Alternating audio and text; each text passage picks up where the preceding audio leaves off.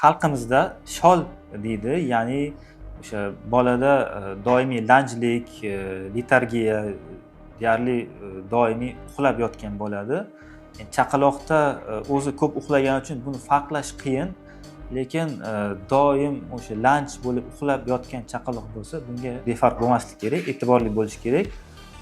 Mana shu kasallik alomati bo'lishi mumkin bu narsa. Ba'zi holatlarda buni ilik ko'chirib davolasa bo'ladi. Ya'ni o'sha iligida muammosi bo'ladiki, sog'lom odamdan olib ko'chirsa bola yaxshi bo'lib keta oladi.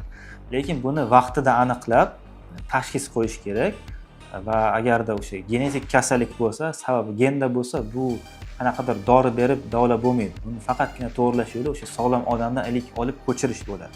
Lekin bu narsani kechga qoldirmasdan qilish kerak. Bola qancha yosh bo'lsa, o'shanda operatsiyani o'tkazsak, shunchalik buni foydasi ko'proq bo'ladi, kechga qolib ketgandan ko'ra. Bizda shunaqa holatlar borki, bola katta bo'lgandan keyin olib kelishadi, tekshiruv qilishadi. Sababini topganimiz bilan kech bo'ladi. Даже ilik ko'chirsak ham o'sha yordam bermaydigan holatga kelib bo'lgan bo'ladi. Shuning uchun befarq bo'lmaslik kerak. Iloji boricha bola 1 yoshga to'lmagandan bu tekshiruvni qilib, sababini topib bo'lish kerak.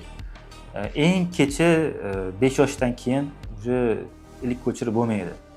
5 yoshdan keyinga qolmaslik kerak, lekin 5 yoshda qilinganda ham asoratlar qolib ketadi. 1 yoshdan oldin qilinganda ancha ko'p ta'siri bo'ladi. Ma'lum bir genetik kasalliklarda o'sha muammosi iligida bo'lsa, sog'lom odamdan ilik ko'chirsa yaxshi bo'lib ketadi. Uni ham tushunish uchun lekin o'sha genetik tekshiruv o'tkazib bilib olish kerak. Nima sababdan bo'lyapti mana shu kasallik. Ba'zi holatlar borki, ilik ko'chirish yordam bermasligi ham mumkin.